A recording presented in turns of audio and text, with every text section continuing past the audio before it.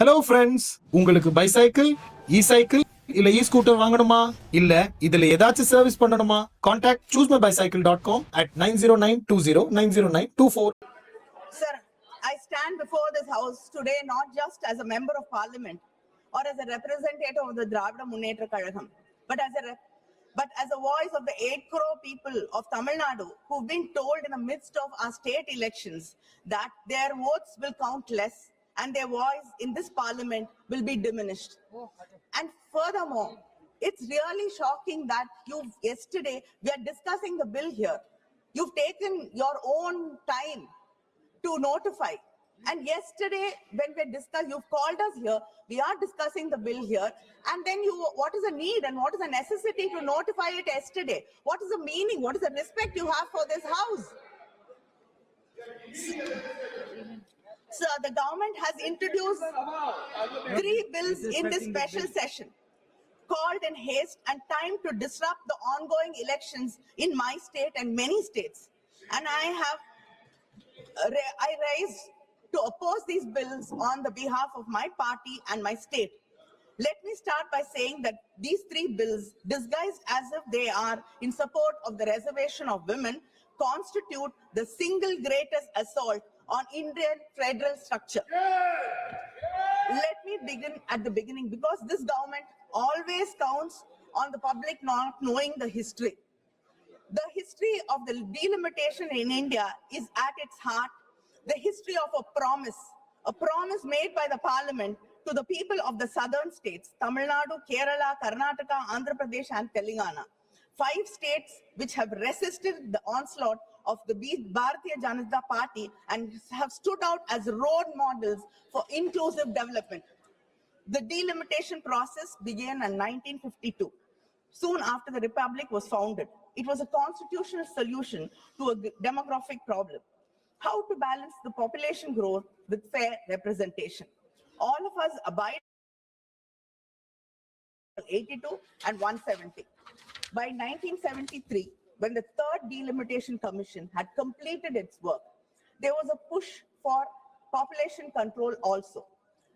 This national population policy was brought across the country to contain the growing demographic population, and it was exploding actually. So the first freeze on delimitation took place in 1976. This was fixed for a period of 25 years based on the 1971 census. Let us not forget that it was the Congress government, Madam Indira Gandhi's government, that recognized this issue and brought the bill. In the 1976 42nd Amendment, Parliament froze the total number of Lok Sabha seats to 543. This freeze was not a technical detail.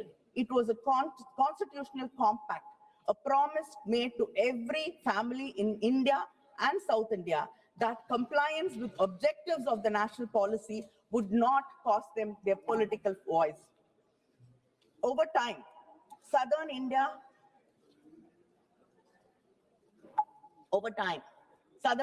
Tamil Nadu, Kerala, Karnataka, and Andhra had begun to invest in schools, hospitals, women's health.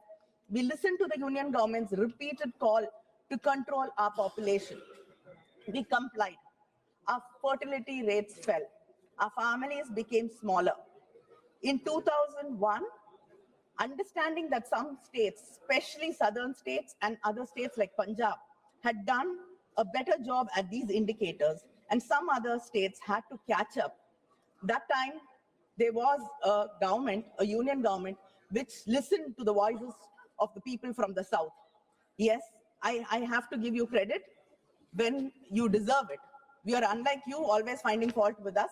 When there is something to appreciate you, we always appreciate. So under the Vajpayee government, the parliament extended that freeze through the 84th Amendment until after the first census following 2026. 24 more years of protection, because then parliament in its collective wisdom understood that this injustice had to be addressed. Why do we have to increase the seats now to 850? On what basis? The statement of the objective says that there is a change in demographic profile. Yet you are using a 15-year-old 2011 census data to conduct delimitation. You are contradicting yourselves. And 850 seats, most of the MPs, after making the seats 850, might not even get a chance to speak in this parliament for 5 years. Sir, I want to tell this house about a family in Tamil Nadu, a mother and a father, first generation literates. They had only 2 children, not 5, not 6, because they believed in family planning, because the government told them that was the right thing for the country, because they wanted their children to have a better life. That is the story of Tamil Nadu and the South Indian states. Today, Tamil Nadu's total fertility rate is 1.6, lower than France, lower than Australia, lower than United States, your friends. We have completed what the demographers call a demographic transition. Our population is stable. Our women are educated. By every measure of human development, Tamil Nadu is a success story the country has to be proud of. But what does this government say to that family in Tamil Nadu? It says, sorry, you made a wrong choice. You made a mistake by listening to us. You made a mistake by listening to this, because you cared about this country, because you put the country first. You have to suffer. We are going to reduce your representation. Uttar Pradesh's population has grown by 120% since 1971. Tamil Nadu's only by 15%. And contrary to what the Home Minister said yesterday, Clause 4 of the Delimitation Bill clearly states that the allocations of seats will be on the basis of the latest census figures. The Home Minister says one thing, the bill says another thing. Now, the latest available census is 2011. But again, according to the 2011 formula, UP gains 13 seats. Tamil Nadu loses 11 seats. But the Home Minister yesterday told us that by increasing 50%, Tamil Nadu will gain 39 seats, and which has 39 seats will gain 59. Sir, our ideological leader Periyar taught us, justice is not giving every person the same thing. Justice is giving every person what they need and what they deserve. But unfortunately, it needs and what it deserves is what the whole nation deserves and what the whole nation needs. Other than this, let me state 2 critical legal issues present in the bill. The Constitution bill says that the delimitation will be based on such census as Parliament may by law determine. This is vague and leaves everything open. This literally means that whichever party has a majority in Parliament gets to decide which census it is used to draw the electoral map of this country. Today, you might choose 2011. Tomorrow, you can choose 31.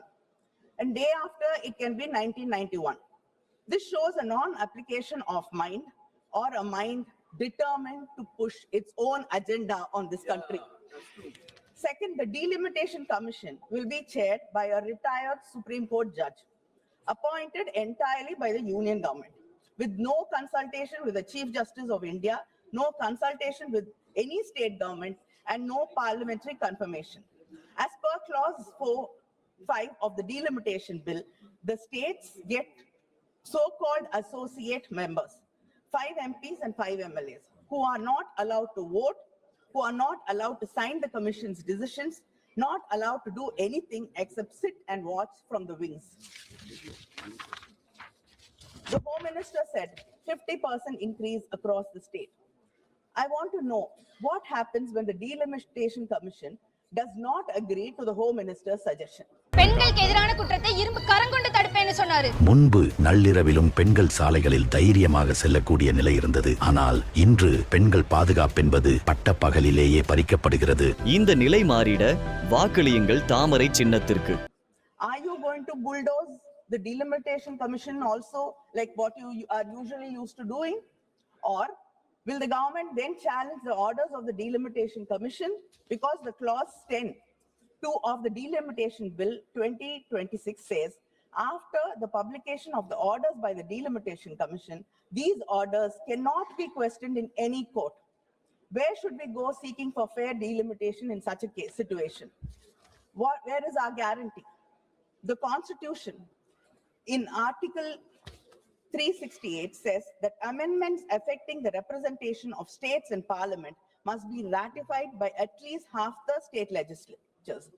Not just passed by parliament, ratified by the states. If this government is so confident that the delimitation bill is fair, why don't you place these bills before the Tamil Nadu legislature, before the Kerala legislature, before the Karnataka, or before any legislature? If the government truly believed in cooperative federalism, the slogan they've used 1,000 times on different stages, why are you running away from the state legislatures? Have you even called for a meeting? Have you even consulted with the chief ministers? Have you even spoken to the states? Have you bothered? The government passed the Women's Reservation Bill in September 2023 with great fanfare. The Prime Minister called it the civilizational commitment. But they put a condition in this very act. Women's reservation would only work after the 2021 census, which is not scheduled to happen till next year. When was the 2021 census supposed to happen? In 2021. But what happened? You said because of COVID, you had to postpone the census. Then you said operational reasons we could not hold the census. And then by simply not talking about it, you did not hold the census.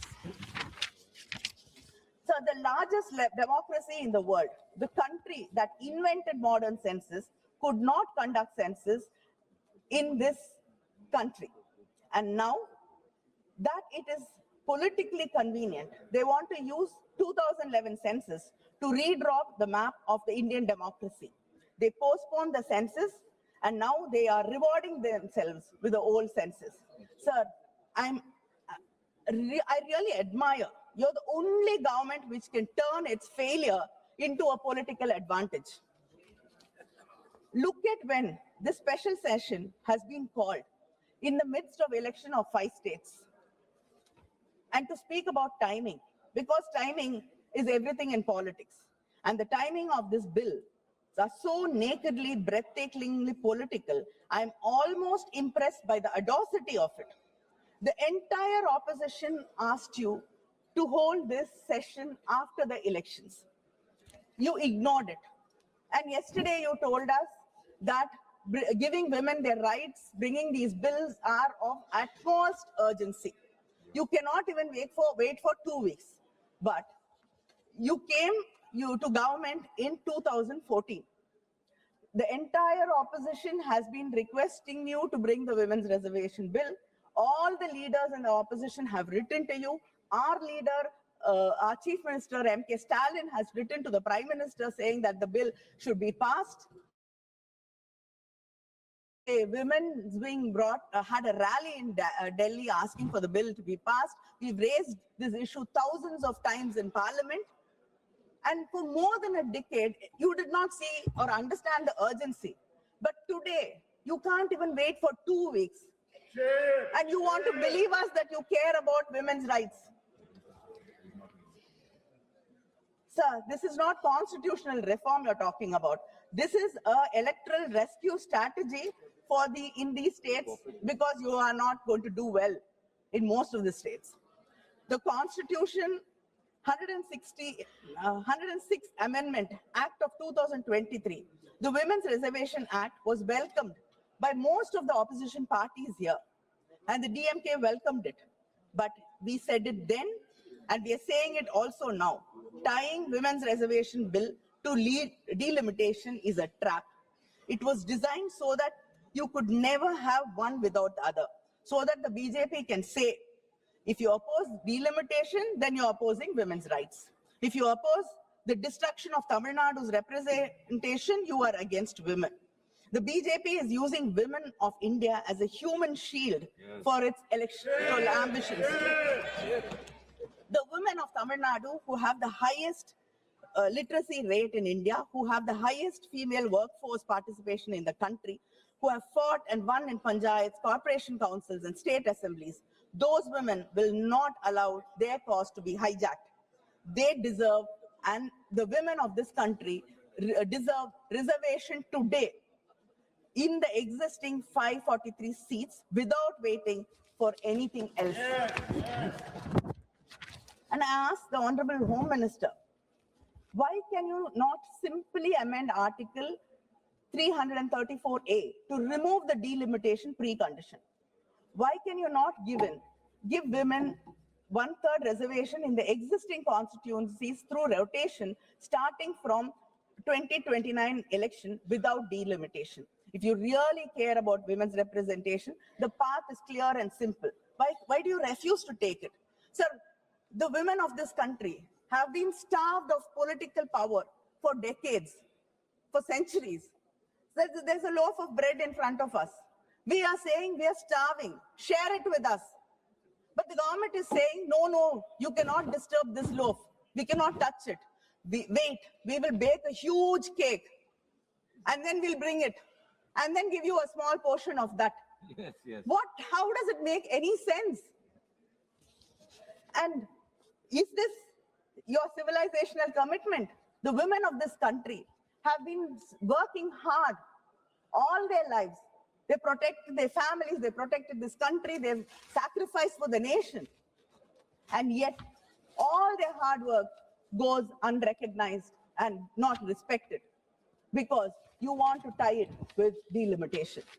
Sir, my friends across the aisle will accuse me of creating fear. But the real dangers of this bill are that our constitution and Article 368 requires 2/3 majority in parliament to amend it. 2/3. That's not a small number. It was designed to ensure that no single region, no single language group, no single community could change the fundamental rules of India without broad consent from across this great nation.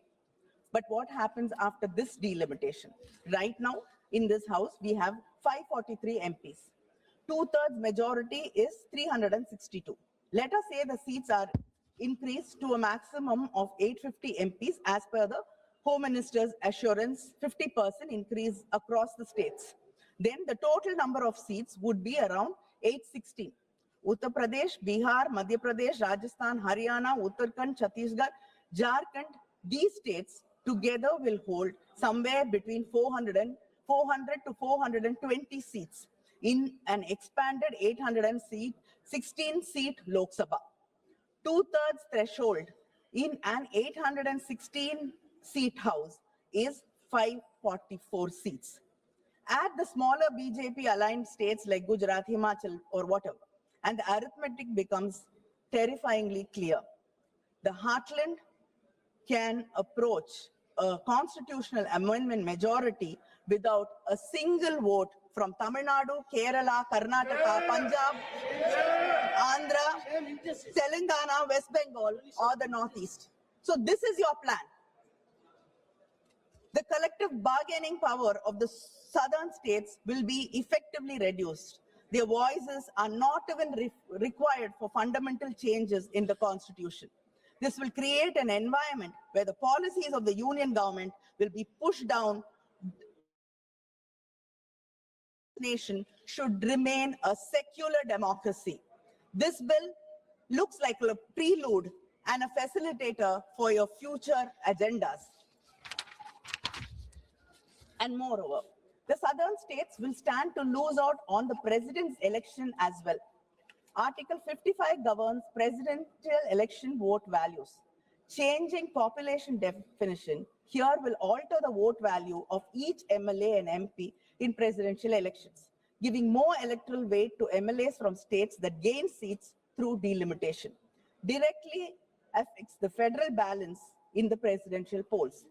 This bill, sir, is ambiguous in the least, misleading, and it has no clarity or purpose. Let us see an illustration through the Tamil Nadu share of seats in Lok Sabha. At present, we have 39 seats. As per these bills, which say 2011 census will be followed, it will become 32 seats, given there is no change to the 543 seats. If the maximum seats are increased to 850. As the Home Minister told us yesterday, Tamil Nadu will gain 48 seats. But if the seats are increased, if the maximum seats are, but if the seats are increased to 50% across the states, as Home Minister says, it will get around 59 seats. Now I ask the Home Minister, which of the above scenario will happen? Whether 2011 census or it will be just increased based on 2011 census or what the Home Minister said. These are three different numbers. I would like to know, we like to have a clarity on which will happen. We want, and sir, we have seen in this house, in many debates, many promises have been made, many assurances have been given. And all that has melted into the polluted air of Delhi. Nothing has seen the light of the day. Sir, we request you to bring it into and make it a part of the bill, whatever assurance it is. And data says that this government, nearly 80 to 90% of the assurances given by this government in the floor of the house are never seen through. Tamil Nadu Chief Minister M.K. Stalin has built a joint action committee of democratic parties and state governments to fight this delimitation.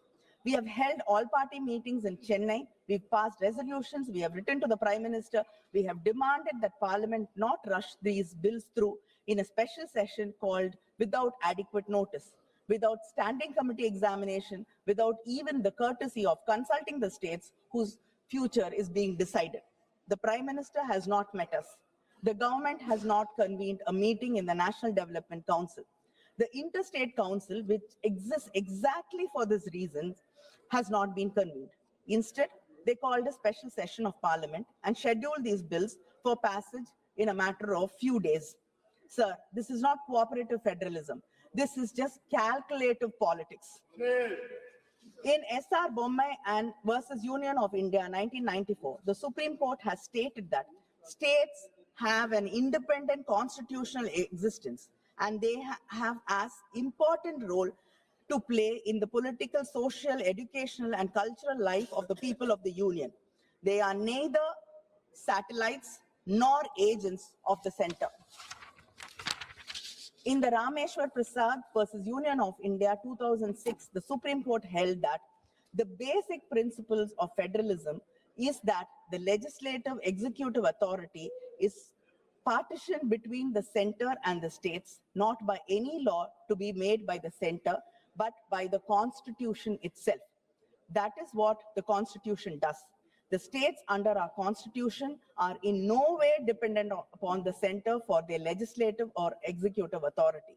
The center and the states are co-equal in this matter. Unfortunately, this government does not recognize the rights of the states. It simply thinks we are here to serve the masters in Delhi according to their diktat.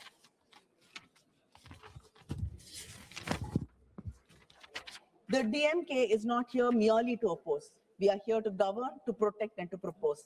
The Tamil Nadu and the DMK demand this government should implement the women's third reservation bill immediately in the existing 543-seat Lok Sabha through rotational reservation, de-link it completely from delimitation exercise. Then we can support this bill. The women of India should not be made to wait for a delimitation exercise that serves the BJP's political interests. Withdraw these a joint parliamentary committee that includes representation from all states and all parties. Do not rush a 25-year electoral map through a special session in 48 hours. Convene a constitutional conference of all state chief ministers to deliberate on the delimitation framework before any legislation is enacted. India deserves that consultation. And our chief minister, our party president, sir, yesterday has promised the people of Tamil Nadu that not one seat will be lost on his watch. And yesterday, when the DMK floor leader mentioned in Parliament that our leader, MK Stalin hoisted a black flag, you dismissed it by saying that black flag or blue flag does not matter. You brushed it aside. Yes, sir, you brushed it aside by saying a black flag or a blue flag does not matter. A black flag is a sign of protest. Yes. A sign to say we will stand up and fight and we shall not give up. And I like to remind you that a blue flag, sir, is the color Dr. Baba Saheb Ambedkar chose for his party flag. It is the same blue color which you dismiss, that the man who taught us that we should educate, agitate, and organize, the man who wrote the Constitution, chose for his flag this very Constitution you are trying to dilute, and we here are trying to protect. And sir, and the Prime Minister yesterday, when he saw us in black, he said that he was reminded of a black dot or tika, yeah, and it is there to drive away evil forces, evil eye or evil forces or whatever. Sir, I am surprised that people here who are there to protect Hindutva were not reminded of Kali, the goddess, the dark goddess who wears black. Yes. The feminine power, the woman, the goddess who is supposed to drive away ego, arrogance, and ignorance. And the same black color we have chosen to protest is the color of Periyar, our intellectual leader. He taught us self-respect. He taught us never to bow. He taught us fight till the end. And we will fight till the end. Sir, we oppose these bills in the name of our leaders, Arinyar Anna, Kalaignar Karunanidhi, who said, states are not a unit of the unitary state, but equal partners of a federation. In the name of our Chief Minister, MK Muthuvel Karunanidhi Stalin, who even in an article today has said that this bill should be withdrawn. A fresh bill should be introduced and placed in public domain at least for 3 months for wider consultation. He says, the moment calls for reflection, not expediency, deliberation, not haste.